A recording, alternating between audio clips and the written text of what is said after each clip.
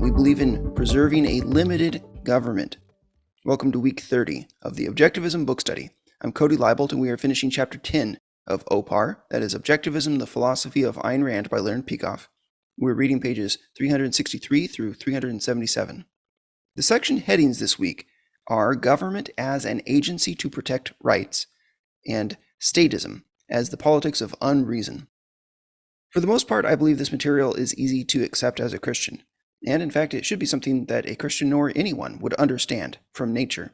All people know what a government should do.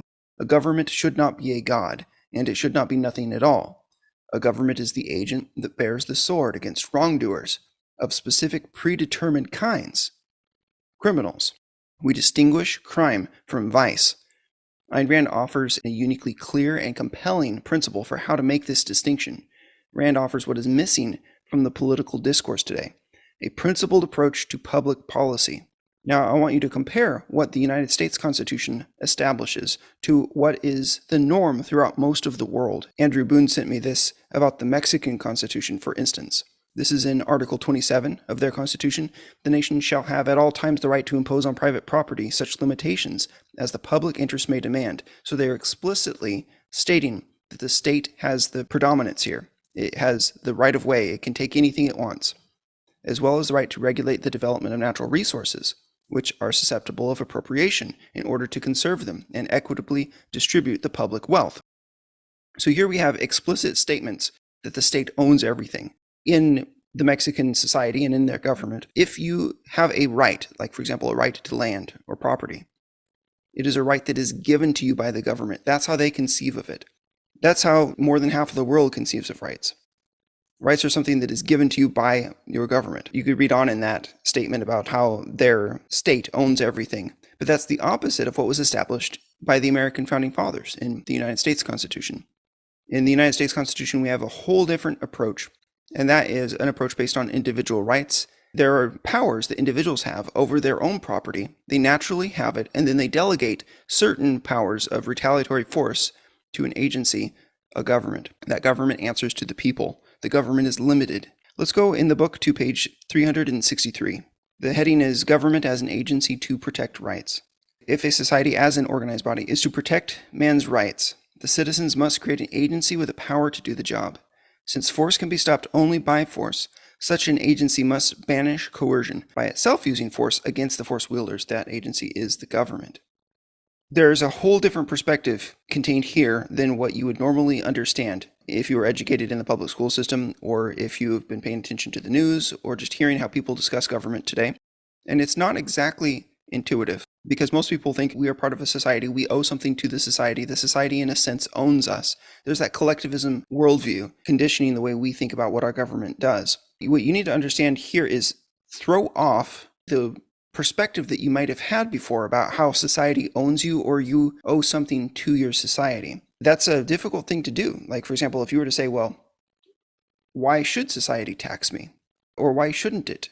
If you were to ask that question, many people don't know how to even approach that question because they just have these assumptions that they've never checked about what the purpose of a society is and why it has any kind of authority over an individual. This perspective that Rand has, this idea that there's an agency that is to protect people from force wielders, is a rational argument for why there needs to be a certain kind of arrangement among men. And this rational argument is based on observations. So that's what makes this different. It's not just assumptions, it's observations about what is necessary for survival, especially survival in a society. Government, Rand writes, is an institution that holds the exclusive power to enforce certain rules of conduct in a given geographical area. So it's the need for certain rules of conduct. If you were to imagine, say, in the Bible times, when, say, Moses runs out into the desert away from Egypt. Egypt has a government, it's a state. But he goes out into the desert, and there's this family of shepherds living there. You remember the story of how Moses actually ends up marrying a young lady that is out in the desert. And there's a scene where he protects those ladies at a well from some men that are harassing them. Now, in that kind of situation, they're in the wilderness. They do not live in a proper society in a wilderness like that.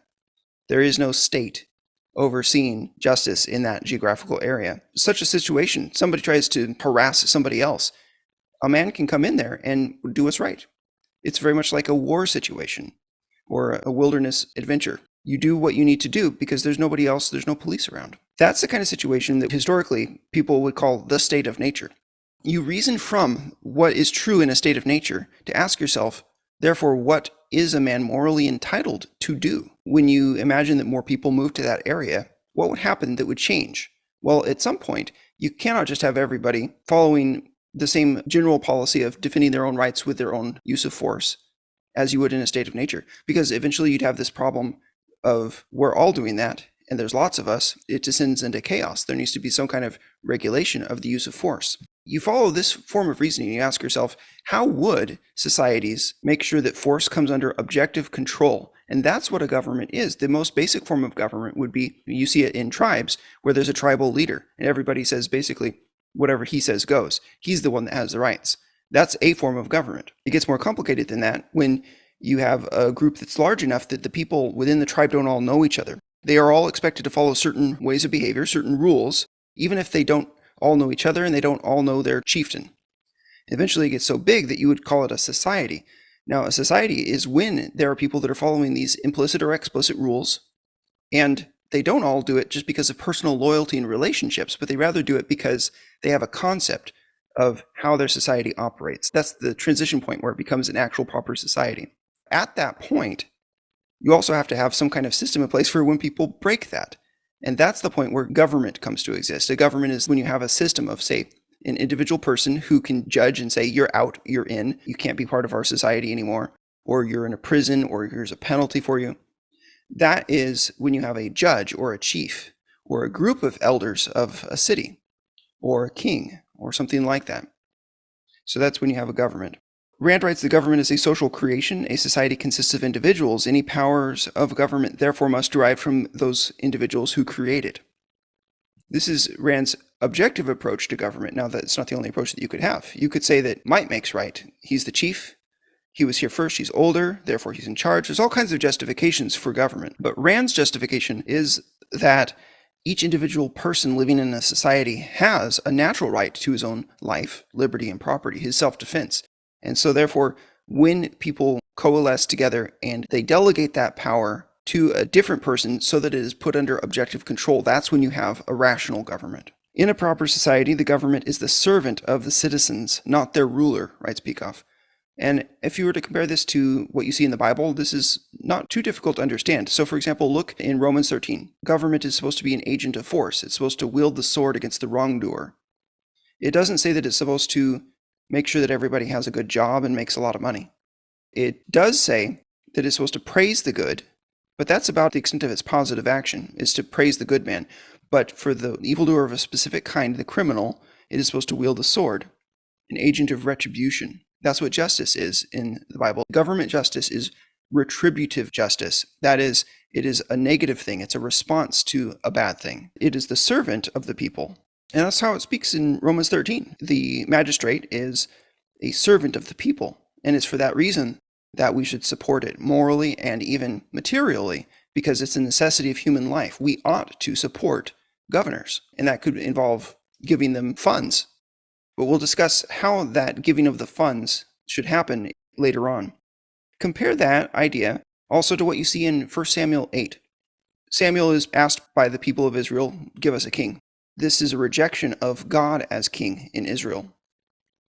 And God and Samuel are speaking together, and God says, you feel like you've been rejected, Samuel, but actually the people have rejected me as their king. And nevertheless, God says, let's just give them a king. That's the way things are going to go. But Samuel warns the people, once you have a king, things are going to change, because they did have a system before of judges. And on the system of judges, the judge didn't own all the land in the country. The judge couldn't command everybody to do this and that. Rather, the judge was the leader in times of war, and the judge was the arbiter when there were personal conflicts.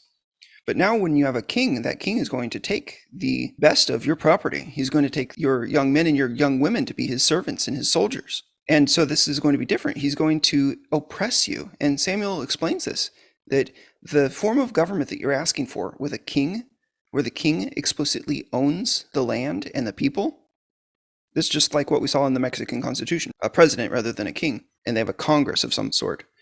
But this form of government is oppression. This form of government is the kind of thing where you are making yourself a slave to somebody else. Just be aware that that's what you're doing. In other words, it's the opposite of what Peikoff just wrote here, because he wrote, in a proper society, the government is the servant of the citizens, not their ruler. That's the problem that Israel did, is they switched from having a judge that was a servant to a king. Contrast this with what Peikoff says the government should be.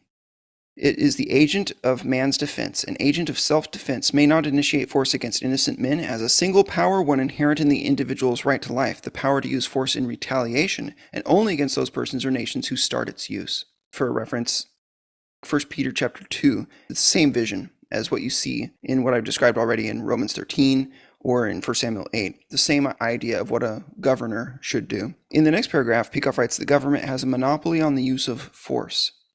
In a rational society, individuals agree. Notice that consent, that use of the mind, that's the rational aspect here. They agree to delegate their right of self-defense.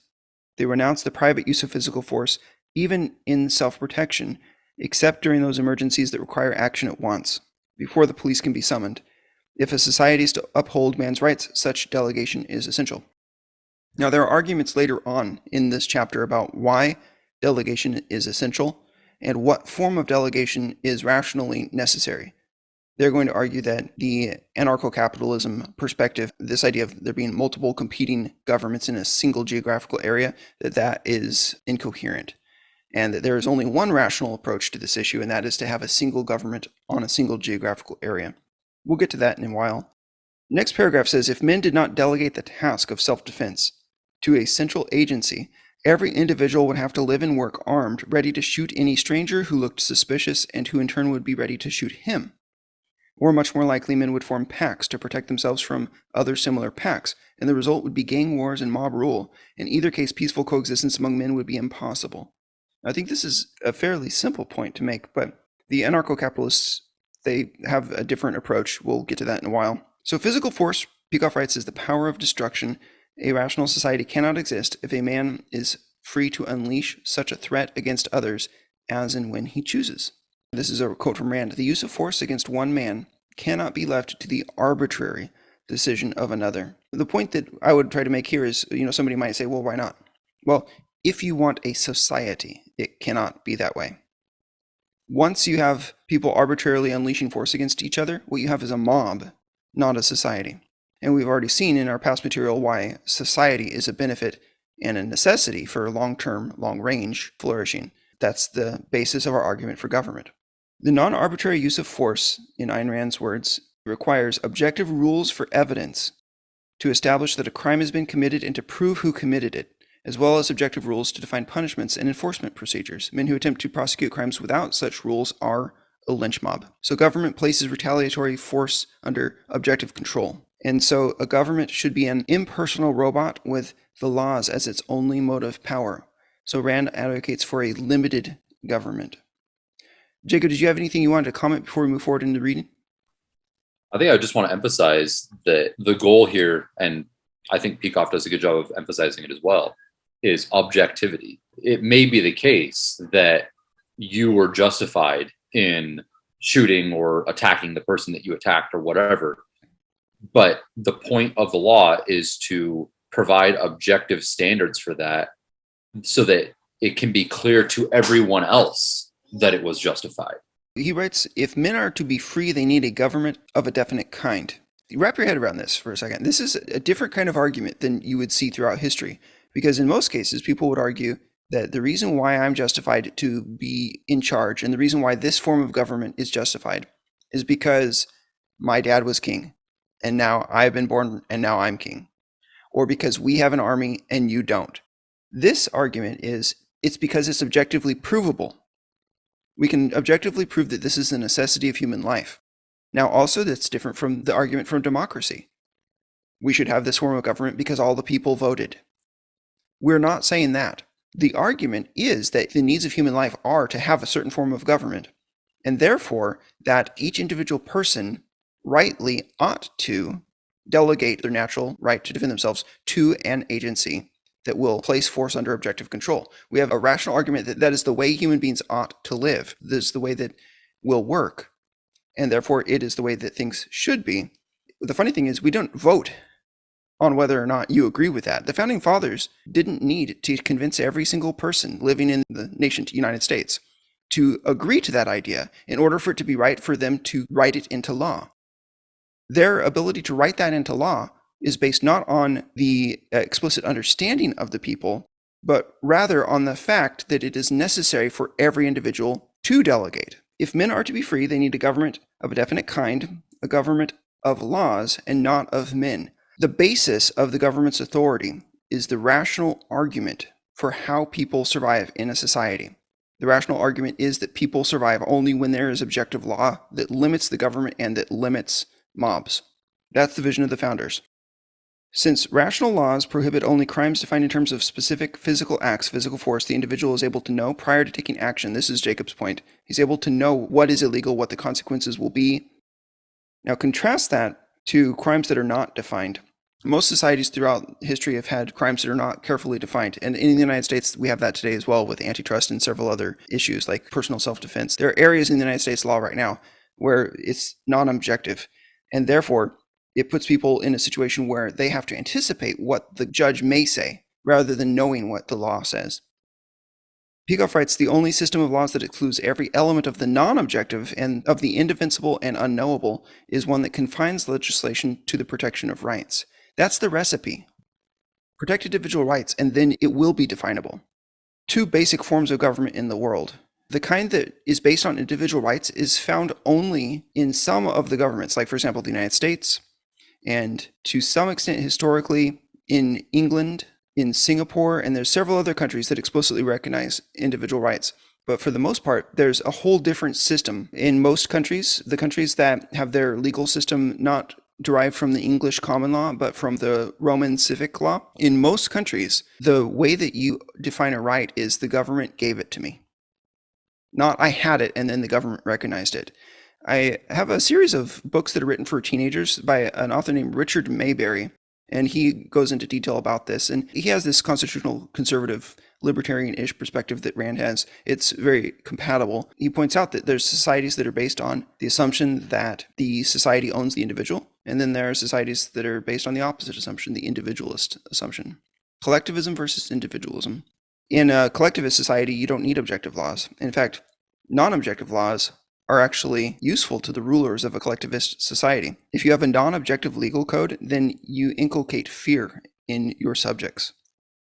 You make them try to anticipate your whims. In small scale, you can see it on Facebook, where Facebook has very non-objective policies about what you're allowed to say and post. Well, you have to anticipate whether or not the thing that you are saying today may be the next thing that gets you banned. It's the same thing with a totalitarian government. Let's go to page 366. An essential function of government is the protection and enforcement of contracts, including the resolution of disputes that arise from them. So people can honestly disagree, and it's impossible to do large business with other entities or other people if you don't have the ability to make a contract and have it upheld. Civil courts, Rand observes, are the most crucial need of a peaceful society. Even more than you need the police force, even more than you need the military, you need civil courts for contracts, because otherwise how are you going to have any kind of business endeavors? So criminals, she says, are the small minority, whereas contractual protection for honest undertaking is a daily necessity of civilized life. The purpose of a government is to bar men's use of physical force against others for any reason, in part by protecting men from aggressors, domestic or foreign, in part by settling impartial disputes that involve men's rights. If this is your purpose of a government, this entails three different functions of a government. The police to protect men from criminals, the armed services to protect from foreign invaders, the law courts to settle disputes among men according to objective laws. That's it. Those are the purposes of a government. So on Rand's view, if you have a government agency like, for example, the Department of Education, and ask yourself, is it fulfilling one of those roles? It's not. So then there's no place for it. It should be abolished. Okay, next point here, Peikoff says the state must not intervene in the intellectual or moral life of its citizens. Its function is to protect freedom, not truth or virtue. If you're familiar with the sphere sovereignty concept, the individual has sovereignty over his mind.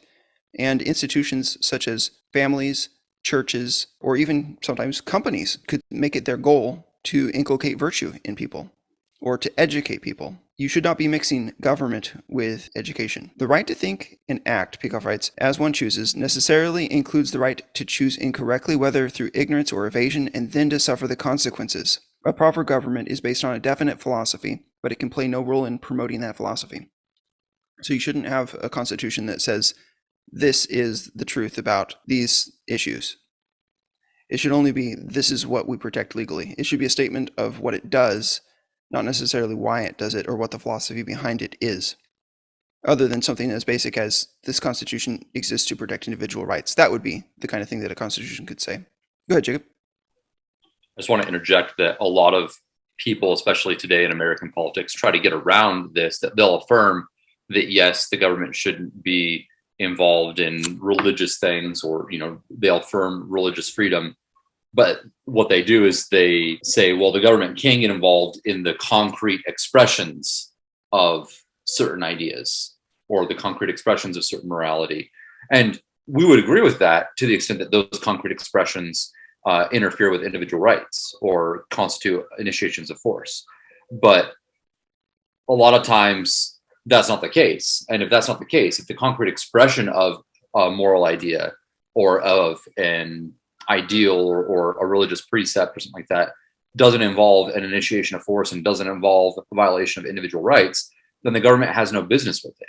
One example might be evangelicals wanting to outlaw mosques or Islam, or extreme ones might want to outlaw Mormonism. That probably isn't the case today, but that might have been the case, 100 years ago.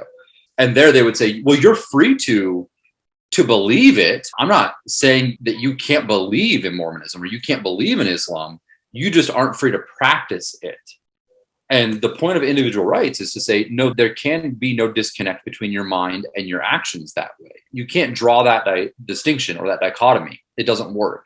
And we as Christians, as evangelical Christians, if you want to get that specific, would balk at that if it was a law against us. If this was a Catholic country and Protestantism was being outlawed and they were saying, oh, you can believe in Protestantism, you just can't practice it, there would be revolt, and rightly so, because you can't draw that kind of dichotomy. You can't separate what you believe from how you act. You're not supposed to draw that kind of dichotomy. And so individual rights is meant to protect that connection between your ideology, what you believe, what your convictions are, and living it out in your life, which is the antithesis of the Gnosticism that we often see today.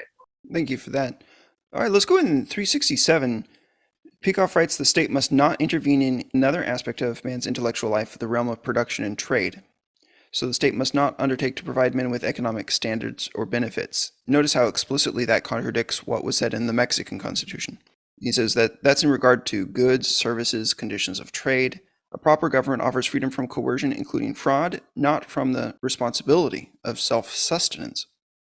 Now he goes on, politicians therefore must have nothing to do with production or distribution. They may not build, manage, or regulate schools, hospitals, utilities, roads, parks, post offices, railroads, steel mills, banks, and the like, nor may they hand out subsidies, franchises, tariff protection, social insurance, minimum living standards, minimum wage laws for workers, parity laws for farmers, insider trading laws for investors, fair price laws for consumers, and so on.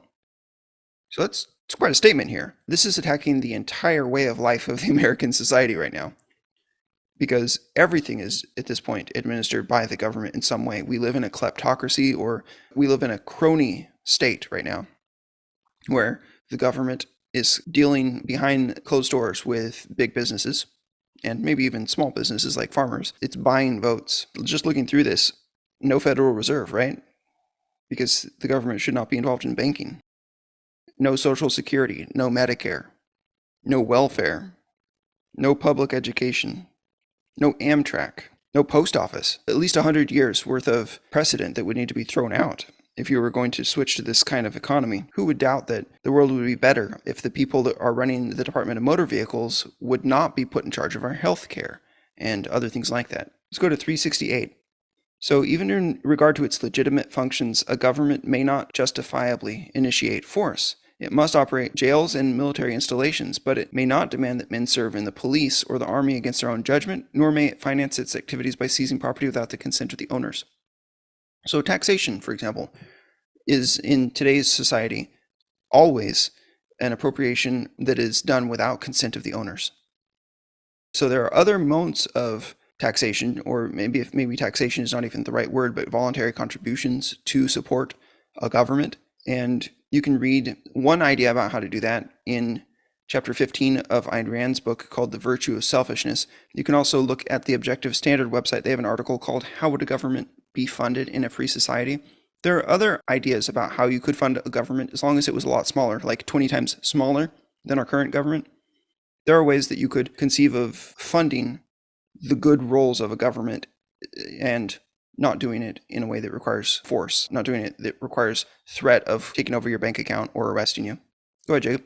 I think it's really important to stress that it would be so astronomically cheaper to fund that type of government.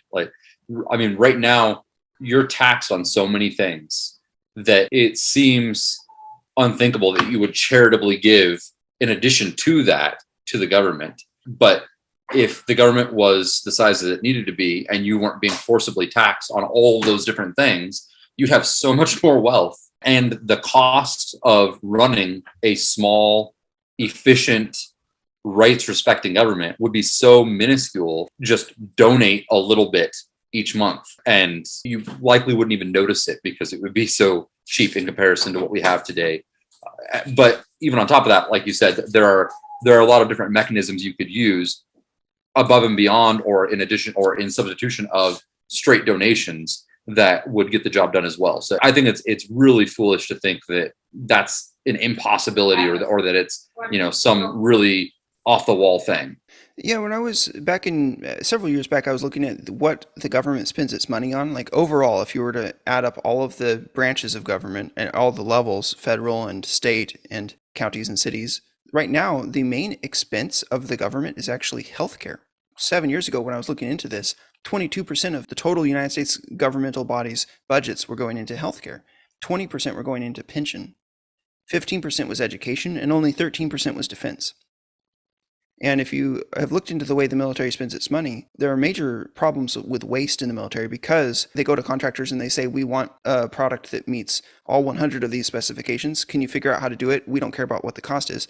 And that's just not the way that you should be purchasing things. You should say, what are the trade-offs? You should approach it the way an engineer does, not the way a bureaucrat does. The amount of money that the United States spends on defense right now could be greatly reduced without reducing the effectiveness, even increasing the effectiveness of our defense program. 7% of total government spending was on welfare. 5% was on interest to match the national debt, which is growing. 4% was on transportation. You have to understand, all of that adds together to be about 40% of the United States GDP is government spending, if you were to add federal and all levels. It doesn't have to be that much of our GDP. It could be like 1% or 2% of our GDP, and we could still have a world-class military, the world-class military. It's just a matter of asking yourself, do we really need the government to be in charge of education? Is that even a value? Those are the kinds of hard questions we need to start asking. Now, how would you transition to such a society of freedom? You'd have to phase out our programs, because you cannot just kick people to the curb, especially if they've been paying into Social Security all their lives and they're expecting Social Security when they get there. It's going to be a difficult thing to phase out, but reality is going to come to bite us one way or the other. Do you want to phase out, or do you want our society to collapse into debt and insolvency? Those are our options. And the pain of phasing those things out, the culpability for that pain is on the people who instituted the corrupt schemes to begin with, not the people who want to try to avoid a hard collapse by doing the phasing out. The younger generation are completely entitled to phase out wicked programs. So in a proper society, the citizens have rights, but the government does not. Now, sometimes we might speak colloquially of a politician or a judge has the right to do this or that, but technically, the government does not have any rights at all. The government acts by permission, as expressed in a written constitution that limits public officials to defined functions and procedures. Like they said earlier, it's a robot. And that should be the perspective that a government officer has, is how can I follow exactly what the law says and nothing else? So a constitution's purpose is to protect the individual from two potential tyrants, the government and the mob. That was the innovation of the American Constitution, the identification that the government itself could be just as much a threat as the mob could be. So the Declaration of Independence and the Constitution, Peikoff writes, are the greatest achievements in political history. Now, they were scuttled by an alien ideology that came from Germany and Immanuel Kant and others. Rousseau and Hegel and others. But some people have said the Constitution has failed. No, I mean, it's like, let's say you were on a ship floating across the ocean and you all decide to jump off of your ship. Would you say the ship failed? You have to use it. Like, if you stop using it, then it stops working. No, of course the Constitution didn't fail. It was ignored. It was stabbed in the back. Peikoff writes, no political system, whatever its built-in safeguards, can survive the atrophy in the mind of the intellectuals of its basic philosophy. And that's what happened. We had an atrophy of philosophy. Peikoff writes, the American system, as has often been stated by conservatives, was not a democracy, whether representative or direct, but it was a republic. Democracy means a system of unlimited majority rule. Unlimited means unrestricted by individual rights. A republic, by contrast, is a system restricted to the protection of individual rights. In a republic, majority rule applies only to some details like the selection of certain personnel. Rights, however, remain an absolute. The principles governing the government are not subject to vote. This is another one of those things where you have to wrap your mind around it. The principles governing the government are not subject to vote. The idea of a government of law means a government of rationality, a government of rational principles, whether anybody agrees and likes it or not. This is the argument, and the argument is the basis for the government's authority. Go ahead, Jacob. Republic means the public thing, public reality, the real thing, objectively available to the public. The idea of objectivity for the public is built into the name. In addition to that comment, I wanted to back up just a little bit. We were talking about if you don't use the Constitution, it's not going to work, right? So it's not that the Constitution failed. It's that the moral philosophy of the people failed. And I think that's an important thing to contemplate, because on almost every other view of politics, the government is God functionally, because the government is supposed to fix people. It's supposed to make everything good. And if there's any moral failure in society, it's because the government didn't do its job correctly. Whereas on our view, in contrast to that, our view says, no, the government isn't responsible for all of the good of society. There are other factors that come into play in regard to the good of society, like morality, like rational thinking, like individual choices, like religion, etc., that have nothing to do with the government. And so when those things fail, when society fails in regard to those things, it's not because the government failed. And what's funny is a lot of people like to try to say that we believe that the market is God as capitalists, that we believe that the market is God. But really, they believe that the government is God because they believe that the government has the power, or ideally should have the power, to control all of these things, including in the market. If there's a failure, then therefore the form of government failed. It's not because there was a moral failure among the people or among the ideological leaders or the culture of the people. No, it's because government didn't micromanage everybody well enough. That's well said. So in this section, we see the consent of the government is the source of a government's power, since government is an agent of its citizens. This is a key issue here. This does not mean that the citizens can delegate powers they do not possess. So you know how I've been saying that the basis of the government's authority is a rational argument? The rational argument is, what natural authority do you have? That is what you are able to delegate to the government, and nothing more. So I have the natural right to own my own property. Therefore, I can delegate that to the government. If somebody were to come from another country and try to kill me, I have a natural right to defend my life. The government is therefore able to have that power delegated.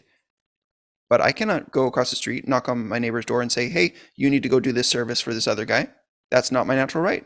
And so therefore the government should not be able to do that. Peikoff writes, it does not mean that anything to which the governed consent is thereby proper as a proper function of government. The consent of the governed can only be used to argue for those things that we have a natural right, that those things can be delegated.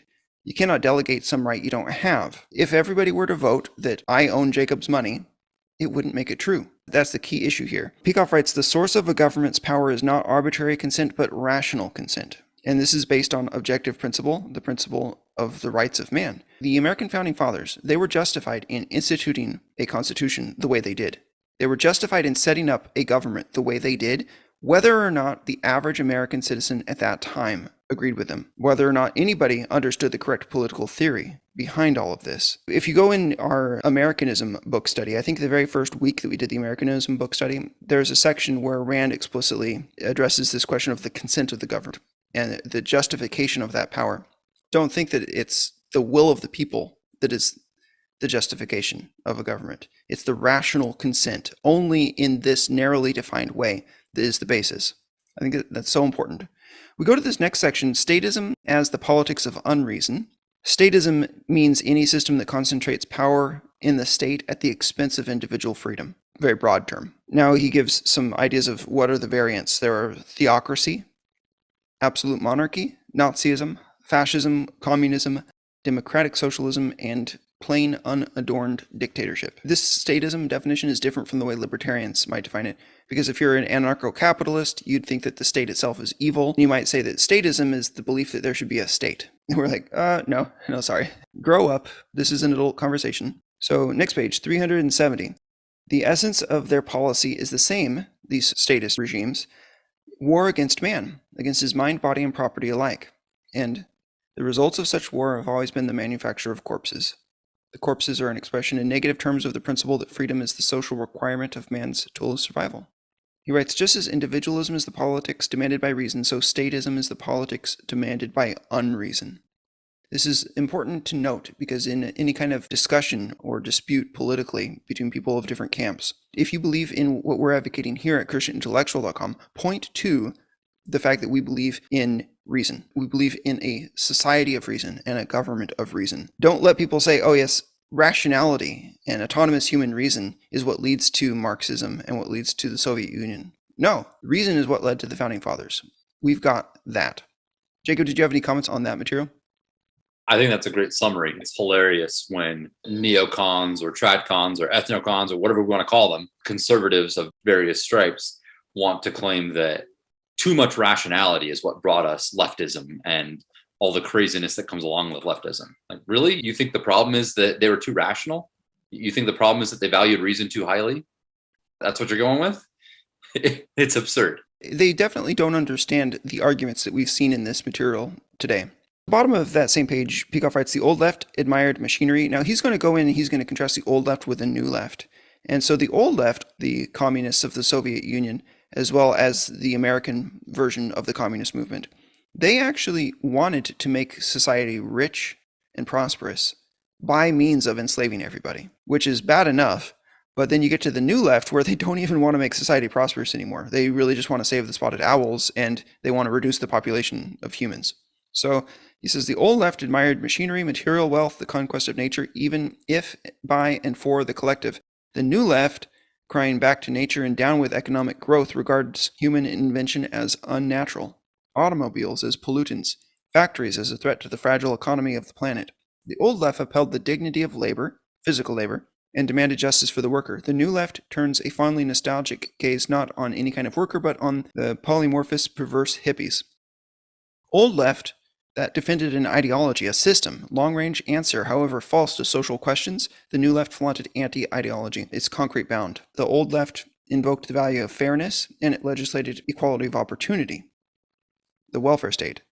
The new left, dropping any pretense at fairness, wants equality of results, in other words, egalitarianism. So as the new left has taken over in our society, as time is going on, we are seeing new political movements coalescing. And we're going to see how the Republicans and the conservatives have shifted into that position that's basically like the old left, where they want government control over everything, but for the sake of prosperity.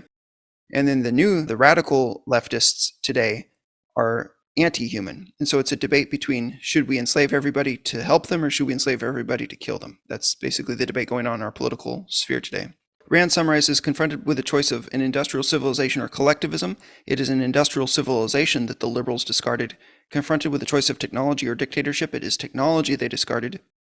Confronted with the choice of reason or whims, it is reason they discarded. Peikoff writes, whoever at this stage in the 20th century, and he writes this in like 1990, 1991, whoever at this stage of the 20th century, having seen the history of Russia, Germany, China, Iran, and America, still does not understand the philosophy, the cause, or the effect of statism will never do so. Such an individual does not choose to understand. We have to be willing to believe things that are true, and we have to recognize that when other people don't understand the truth, most of the time it's because they're not willing to.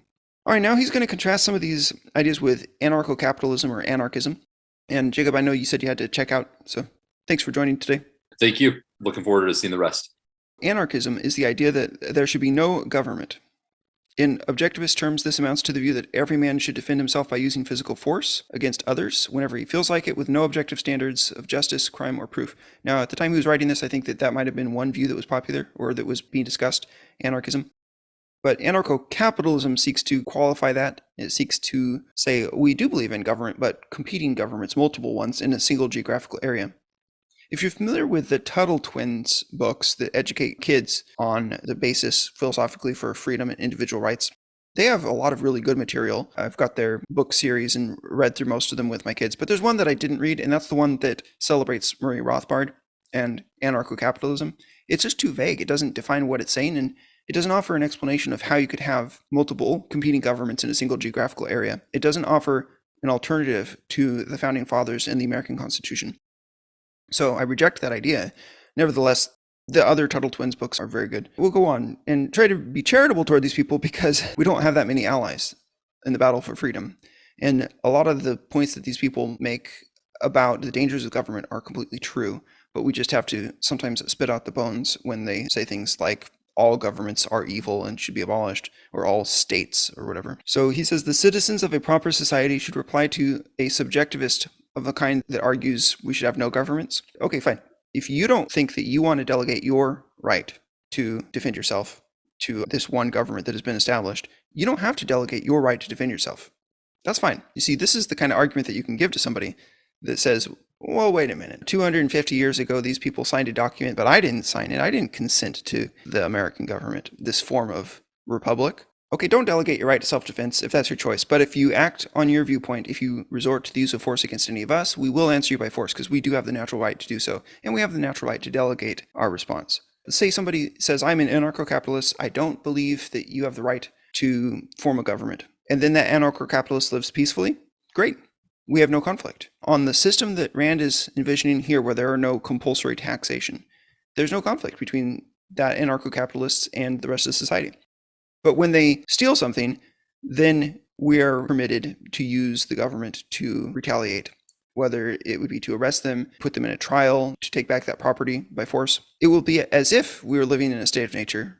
From their point of view, the only difference is that we have a bigger gang than they do if they tried to do something that was criminal. Our government will answer you, writes Peikoff, in the only terms that you yourself make possible, which is force. Peikoff points out it is a contradiction to assert one's right to use force as one chooses while demanding that others refrain from organizing to protect themselves. Whoever breaks the laws of a proper government, no matter what his philosophic reasons, becomes thereby a criminal, and men are morally bound to treat him as such. So I think that's self-explanatory. Now he goes on and engages a bit more with this theory of anarchism, and I wish the objectivists would do more to engage with this theory because I think that some of their answers to it sound like they're common sense, but they're not addressing it on the deepest philosophical level that they could. But here's what he says. The theory of anarchism does not recognize that honest disagreements and deliberate evil will always be possible to men. It does not grasp the need of any mechanism to enable real human beings to live together in harmony. Now, the anarcho-capitalist view, I think, does address this question, or at least it attempts to. But the plain anarchy view does not. Peikoff writes, anarchy, the breakdown of law and order, is possible for a brief time, but not anarchism as a guiding philosophy. The immediate result of anarchy, assuming a society has no rational leadership, has to be men's establishment of some semblance of order by means of gang rule and or the rule of a strong man. I agree with that. That's a summary of the reason anarchy is incoherent as an ideal for society, but what about anarcho-capitalism? The answer to that question is, I've not seen a theory worked out of how you could have a functional society with multiple competing governments. If someone wants to show me where that is, I'd love to read that. But I've just not seen it worked out and explained in logic how that could happen if there were not an arbiter, ultimately, between those two competing governments. That's the issue. Just skipping ahead a little bit, Peikoff writes, Objectivism dismisses as foolish the notion that Republican government is a middle of the road between statism and anarchism. If you've ever seen those line graphs where it's like, hey, here's dictatorship, here's the United States, and then way over here is total liberty. This is a libertarian talking point. They'll say, haha, you constitutional conservatives, you people that believe in the founding fathers and the American way of government, you guys are just a middle of the road between liberty and statism. Objectivism rejects that idea. We're not middle of the road between statism and anarchism. And the reason that we disagree on this issue is because we disagree with your definition of statism. Statism being one extreme and individualism being on the other is actually the way that we look at it. It's not statism versus anarchy, it's statism versus individualism. Individualism being all the principles that we've been outlining.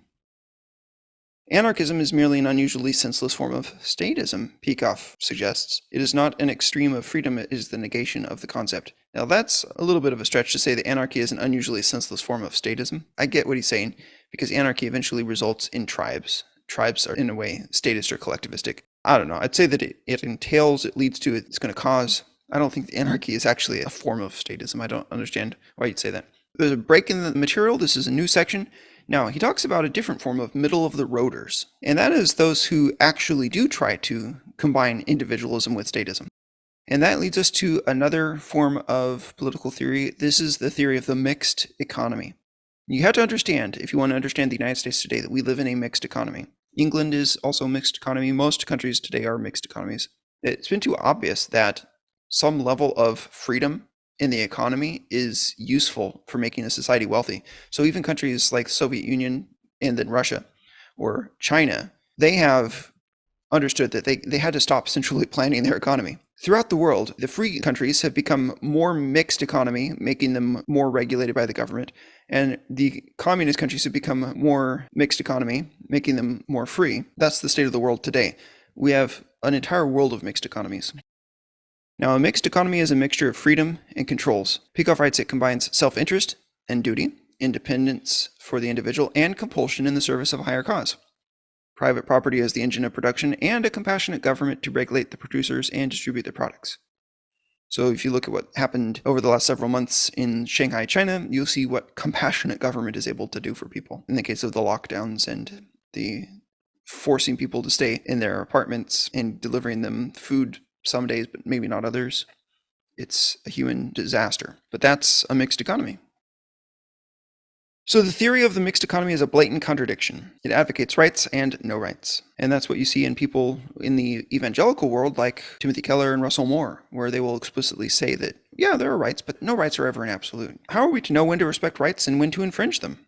The answer is basically pressure group warfare. Whichever group gets in control of the apparatus of the state gets to decide how to distribute property. 374.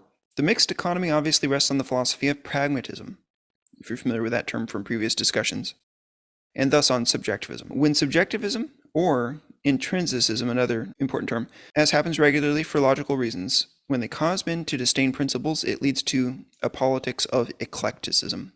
No more system building, let's just do what works today. Who cares about whether or not it works in theory? I can get away with it today. That's eclecticism. It's the attempt to combine one system's essentials with contradictory principles from a different system. So these are the kind of people who specialize in manufacturing false rights. They'll tell us everyone's entitled to have a satisfying job or medical care, higher education, highbrow TV programs. This is all what Peikoff is saying here. The government ought to pass a law. Whenever you hear somebody trying to fix a social problem by saying, well, the government ought to pass a law, you can know that they are on this eclectic, pragmatist, subjectivist point of view. The mixed economy point of view. All right, bottom of that page, Peikoff writes, the terminal stage of a mixed economy is implicit in the system's definition. As the virtue of integrity tells us, compromise between good and evil leads to the triumph of evil. And he writes, if one believes that individual rights may be overridden by a government sometimes when the public welfare or God necessitates it, then one has conceded that rights are not inalienable but are conditional on the requirements of a higher value. This means that man exists not by right but by the permission of society or God. If so, the principle of individual rights has not been moderated, it has been thrown out in favor of the principle of statism, which therefore wins out in practice. And this is, by the way, the concern that I have with the national conservative movement. The new right, the new conservative movement within the Republican Party, they are mixed economy on principle. They are pragmatist, eclectic on principle. They do not recognize that there should be an ideological answer to the question of what is the scope of the government and what is the limit of the government. And since they do not recognize that, they are welfare statists. They're mixed economy collectivists. They have thrown out the principle of individual rights, and they'll say so. Top of 375. If the statist element is not rejected in principle and repealed in total, it eventually consumes the last remnants of the individualist element. The economic mechanism ensuring this result is the principle that controls necessitate further controls. That's an economic principle we could talk about. There's a lot of good literature and Rand about that, but once you make certain economic controls, you create problems, and then you try to solve them by making more. Okay, as a rule, writes Peikoff, the calls within the mixed economy for more controls are originated not by the people who are busy earning a living, but by two groups of intellectuals. They're the liberals and the conservatives. So he has nothing good to say about conservatives. Their disagreements pertain to a single question: what kinds of rights should the government violate next? Now, keep in mind he was writing in the early 90s. He says that the liberals tend to advocate intellectual freedom while demanding economic controls. The conservatives, though they endorse many economic controls, tend to advocate economic freedom. At least at that time they did. This is, think of the Newt Gingrich era, Ronald Reagan era, while demanding government controls in all the crucial intellectual and moral realms. So that was one of his problems with the conservatives, is they wanted to control things in the moral realms. Now, it's gotten a lot worse. A lot more cries for control of everything by everyone lately in the 30 years that have passed since then. Everyone has shifted so that what Peikoff just described to the conservatives, that would be what the moderates now think. It's like all those conservatives have shifted and now they're moderates. And now we have a new branch of liberals that are even further radicals that want to deconstruct everything. The categories that he used, to describe the conservatives and liberals 30 years ago, some of those descriptions don't apply anymore to anybody. We've lost some of the people on one side of that, and we've added people even in a more radically Marxist camp. On the top of 376, Rand writes, each camp wants to control the realm it regards as metaphysically important. Each grants freedom only to the activities it despises. Neither camp holds freedom as a value. The conservatives want to rule man's consciousness, the liberals his body. Well, at this point, I'd say that the conservatives and the liberals are united in their desire to rule all. That's the thing with the rejecting of the classical liberalism ideal of the Founding Fathers. We have a return to a battle between the liberals, who are illiberal, and the conservatives, who are illiberal. They both want to use the force of the state to establish their own version of morality in every aspect, in the economy and also in your personal lives. They just have two competing versions of what they consider morality. Here's Peikoff's criticism of the conservatives of 30 years ago. He says, precisely because of their pretense that conservatives are morally lower than the liberals, they are farther removed from reality, and therefore they are more harmful in practice. I don't think this applies to the new conservatives as much, because they don't have the pretense of upholding individual liberty anymore. Peikoff is right that historically it has been the conservatives, those who have branded themselves as conservatives, that have moved us towards statism. And that criticism and that observation still does apply to the conservative movement today. So he says that historically, the Sherman Act, from the Sherman Act to the Herbert Hoover to the Bush administration, it is the conservatives, not the leftists, that have always been the major destroyers of the United States. It's because they've been the ones that acted like they were defending liberty, and then so whatever they passed that damaged liberty, it was accepted. It was treated as, okay, that's not as bad as the other guys. That's the function. And I think that anybody that's in the movement for preserving liberty in the U.S. today, that's looking at the Republicans and the Democrats, they can see that they're basically working collaboratively against the American people at this point. Now, here's something that's a little odd. Peikoff says that a conservative, in philosophic terms, means anyone who is a rightist, who attempts to tie the politics of the Founding Fathers to unreason in any form. That's an unusual definition. I need to think about it more. He defines conservative as a rightist who tries to tie the ideas of the Founding Fathers to unreason. I'm just not sure that I agree, because, first of all, there are conservatives today that ignore the Founding Fathers, that don't really believe in the Founding Fathers, or that think we should go back to a time before the Founding Fathers. That's a different kind of conservatism. Just be aware that that term could talk about a lot of different things. I do think that his description, it's good as a description of William Buckley, someone who attempted to tie the politics of the Founding Fathers to unreason. I agree there. There's a little part here where he seems to take a crack at the idea of states' rights. That's something we could talk about in the future. There's some nuances that you could say about states' rights. Summarizing, he writes, objectivists are not conservatives. We do not seek to preserve the present system, but to change it at its root. In the literal sense of the word, we are radicals. Radicals for freedom, for man's rights, radicals for capitalism. And on that, I agree, and I think that that's a good goal to have. The Founding Fathers were also radicals for those things, not quite in as worked out a philosophical way as the objectivists are, but the objectivists have the same ideas, the same convictions about human life and what it requires as the Founding Fathers did. And the objectivists seek to work out the logical implications of this pro-freedom, pro-individual rights view, and I think they do it successfully for the most part. So we can learn, even as Christians, we can learn a lot from the objectivists. Now, there are some questions that came up just from private discussions about whether FTNCI agrees with the objectivists on their overall vision and whether it agrees on the application points. I'd like to address some of those. So one is, we could discuss it in the next two sessions as well, because we'll be discussing economic implications of this view of government. One question is, in the objectivist view, what would happen if a restaurant owner discriminated? Would a person that owns a restaurant be entitled to say, we don't serve black people here? And the answer is yes, a person would be legally capable of doing that. And that's not the way it is in the United States today. If somebody did that in the US today, there would probably be a government intervention. We don't think that this is the government's place.